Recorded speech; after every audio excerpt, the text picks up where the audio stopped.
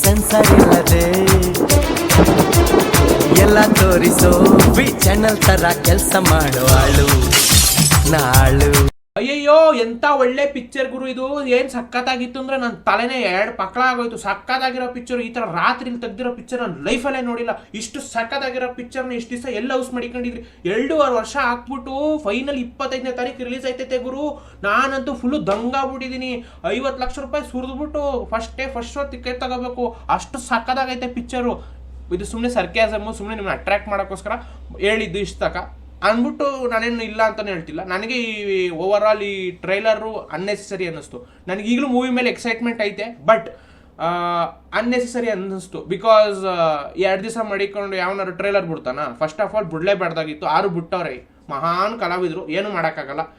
Next time ಮಾಡೋಕೆ ಹೋಗ್ಬೇಡಿ. ಯಾಕೆಂತಂದರೆ 2-3 ದಿವಸ ಮಾಡಿಕೊಂಡಿದ್ದಾರೆ ಟ್ರೈಲರ್ ಬಿಡೋದ್ರಿಂದ. ಅದರಲ್ಲೂ ನೀವು ಟ್ರೈಲರ್ ಬಿಡೋಂಗೆ ಇದ್ದಿದ್ರೆ ಒಂದು ಗ್ಲಿಮ್ಸ್ ಥರ 1 ಮಿನಿಟ್ ವಿಡಿಯೋ ಹಾಕ್ಬಿಟ್ಟು ಬರೀ ಅದನ್ನು ಸುದೀಪ್ ಅವರು ಕಚ ಕಚ ಕಚ ಅಂತ 40 ಜನ ಎಗರಿಸ್ತಾ ಇರೋದು, ಬರೀ ಅದನ್ನೇ ತೋರಿಸ್ಬಿಟ್ಟಿದ್ರು. ಜನ ಫುಲ್ಲು ದಂಗಾಗ್ಬಿಡ್ರು. ಓ ಏನು ಗುರು ಹಿಂಗೆ ತಲೆ ಎಗರಿಸ್ತವ್ರೆ ಅಂದ್ಬಿಟ್ಟು ಜನಕ್ಕೆ ಎಕ್ಸೈಟ್ಮೆಂಟ್ ಆಗೋದು. ಜನ ಬಂದು ಥಿಯೇಟರ್ ನೋಡೋರು. ನೀವು ಯಾಕರಲ್ಲಿ ಸ್ಟೋರಿ ಬಿಲ್ಡ್ ಮಾಡಕ್ಕೆ ಹೋಗ್ತಿದ್ರೆ ಟ್ರೈಲರಲ್ಲಿ ಯಾವತ್ತೂ ಸ್ಟೋರಿ ಬಿಲ್ಡ್ ಮಾಡಕ್ಕೆ ಹೋಗ್ಬಿಡ್ದು. ಅದರಿಂದ ಏನಾಗುತ್ತೆ, ಜನಕ್ಕೆ ಒಂದು ಐಡಿಯಾ ಸಿಕ್ಬಿಡುತ್ತೆ. ಬುದ್ಧಿವಂತರು ಅಂತ ಹೇಳ್ತೀವಲ್ವಾ, ಅವ್ರಿಗೆ ಐಡಿಯಾ ಸಿಕ್ಬಿಡುತ್ತೆ. ಅದರಿಂದ ಮನೆ ಆಳ ಕೆಲಸಗಳು ಮಾಡ್ಬಿಟ್ಟು ಬ್ರೇಕ್ ಡೌನ್ ವಿಡಿಯೋಗಳು ಮಾಡ್ಬಿಡ್ತಾರೆ. ಈಗ ನಾನು ಬ್ರೇಕ್ ಡೌನ್ ವಿಡಿಯೋ ಮಾಡ್ಬಿಟ್ಟಿದ್ದಿದ್ರೆ ಫಸ್ಟ್ ಡೇನೇ ಬಂದ್ಬಿಟ್ಟು ನನಗೆ ಕಾಪರೇಟ್ ಸ್ಟ್ರೈಕ್ ಕೊಡೋರು. ಯಾಕೆ?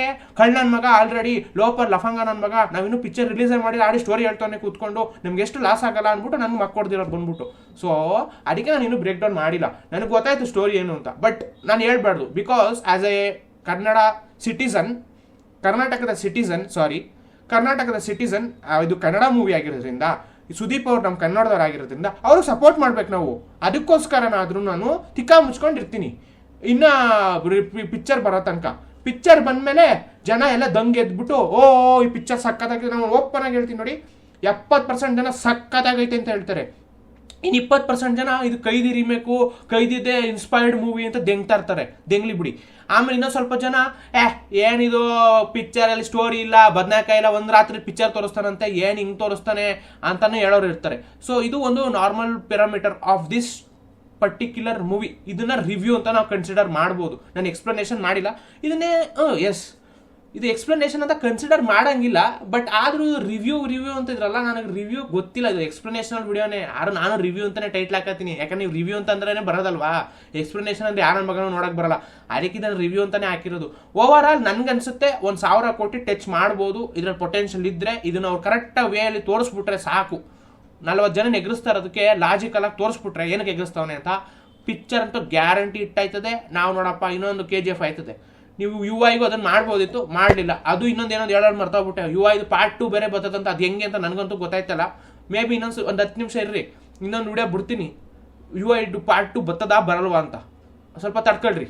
ಸೊ ಇದು ನನ್ನ ಆನೆಸ್ಟ್ ಒಪಿನಿಯನ್ ಅಷ್ಟೇ. ಇದು ಒಪಿನಿಯನ್ನು. ಸೊ ರಿವ್ಯೂ ಅಂತಂದರೆ ನನಗೆ ತಪ್ಪಾಗ್ಬಿಡುತ್ತೆ. ರಿವ್ಯೂ ಅಂದರೆ 2 ನಿಮಿಷದಲ್ಲಿ ಹೇಳಬೇಕು ದಟ್ ಈ ಪಿಕ್ಚರ್ ಏನಕ್ಕೆ ಇಷ್ಟ ಆಯಿತು ಅಥವಾ ಈ ಟ್ರೈಲರ್ ಏನಕ್ಕೆ. ರಿವ್ಯೂ ಮಾಡೋಕ್ಕಾಗಲ್ಲ. ಟ್ರೈಲರ್ನ ಯಾವ ಬೋಳಿ ಮಗ ರಿವ್ಯೂ ಮಾಡ್ತಾನೆ? ನನಗಂತೂ ಅರ್ಥ ಆಗಿಲ್ಲ ಇದುವರೆಗೂ.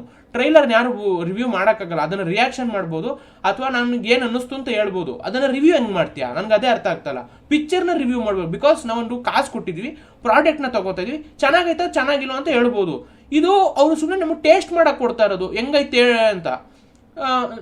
ಚೆನ್ನಾಗೈತೆ ಅಂತ ಹೇಳ್ಬೇಕು, ಇಲ್ಲಾಂದ್ರೆ ಇಲ್ಲ ಅನ್ಬೇಕು. ಅದನ್ನೇ ಎಸ್ಪೆಷಲಿ ರಿಯಾಕ್ಷನ್ ವಿಡಿಯೋಗಳೇ ಚೆನ್ನಾಗಿ ಕಾಣಿಸುತ್ತೆ ಅದು ರಿವ್ಯೂಗಿಂತ. ಯಾಕೆಂದರೆ ನಾವೆಲ್ಲ ಫೋಟೋ ಹಾಕೊಂಡು ಹೇಳ್ತಾನೆ ಇರ್ತೀವಿ, ನಿಮಗೆ ಮಜಾ ಬರಲ್ಲ. ನಾವು ಎಕ್ಸ್ಪ್ರೆಷನ್ಸ್ ಕೊಡ್ತೀವಿ ನೋಡಿ ಮಕ್ಕದಲ್ಲಿ, ಅವಾಗ ಜನಕ್ಕೆ ಇಷ್ಟ ಆಗುತ್ತೆ. So that's how it works. And thanks for watching guys. And subscribe ಮಾಡಂಗಿದ್ರೆ ಮಾಡಿ. ಎಸ್ಪೆಷಲಿ ಸುದೀಪ್ ಫ್ಯಾನ್ಸ್ ಯಾರಾದ್ರು ಇದ್ದರೆ ದೇವರಾಣಗಳು ಅವ್ರು ನಂಗೆ ಸಬ್ಸ್ಕ್ರೈಬ್ ಮಾಡಲ್ಲ. ಯಾಕೆಂದರೆ ನನಗೆ ಗೊತ್ತು ಇವನು ಸರಿ ಇಲ್ಲ, ದರ್ಬಾಸಿ ನನ್ನ ಮಗ ಅಂಥವ್ನು ಇಂಥವ್ನು ಅಂದ್ಕೊಂಡೆ ಎತ್ತಿರ ಹೊರತು ಸಬ್ಸ್ಕ್ರೈಬ್ ಅಂತೂ ಮಾಡಲ್ಲ. ಹೋಗ್ಲಿ ಬಿಡಿ. Thanks for watching guys. And please do ನಾನೇನು ಹೋಗಿ ಅದನ್ನು ಹೇಳ್ತೀನಿ. ಜೈ ಹಿಂದ್, ಜೈ ಕರ್ನಾಟಕ ಮಾತೆ. Bye bye. ಇದು ನನ್ನ ಪರ್ಸನಲ್ ಒಪಿನಿಯನ್ ಕಂಡ್ರಪ್ಪ. ನಾನು ಸುದೀಪ್ ಅವರ ದೊಡ್ಡ ಅಭಿಮಾನಿ, ಅರ್ಥ ಮಾಡ್ಕೊಳ್ಳಿ.